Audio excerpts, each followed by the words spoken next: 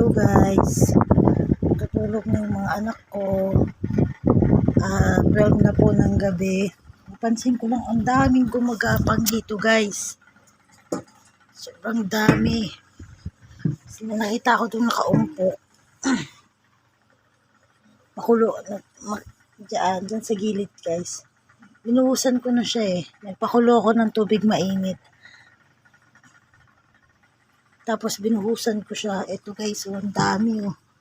Ang daming surot guys na namatay. Ayan oh. Kita niyo yan guys. Ay, kita niyo yan.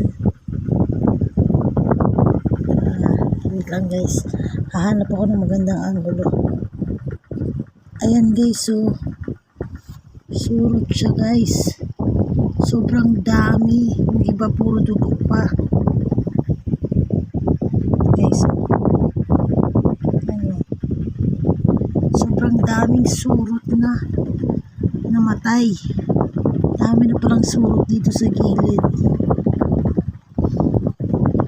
Ayan, makikita nyo guys. Ayan o, ito guys o. Yan. Ang lalaki.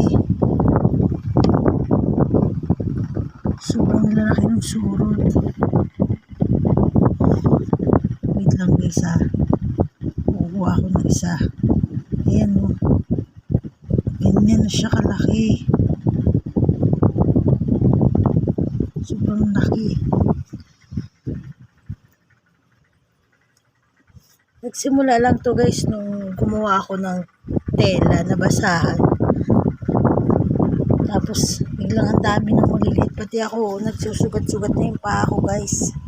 Hindi ko alam kung bakit. Yung pala sinusurot na tong bahay namin guys. Pati mga anak ko nga may mga sugat yung paa. Kaya ang ginagawa ko guys, hindi mga gaas. Kasi delikado. Ang bahay namin kahoy lang. Madaling sumilap. Hindi rin ako nagbabahay ko. Ang ginagawa ko guys, mga singit-singit. Kagaya nito guys. Yan, ganyan. Pinubuhusan ko siya ng tubig mainit agad. Ayan, ang dami guys. So, namatay lahat oh. Puro surot yan. Punasan ko lang yung camera ko guys. Wait lang.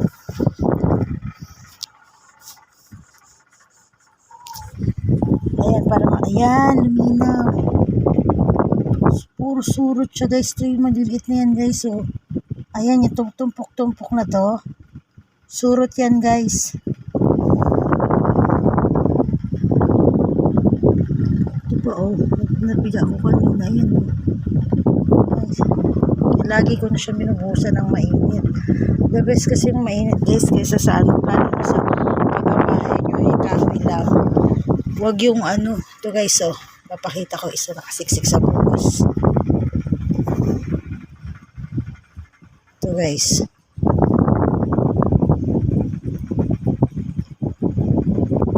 Ayan.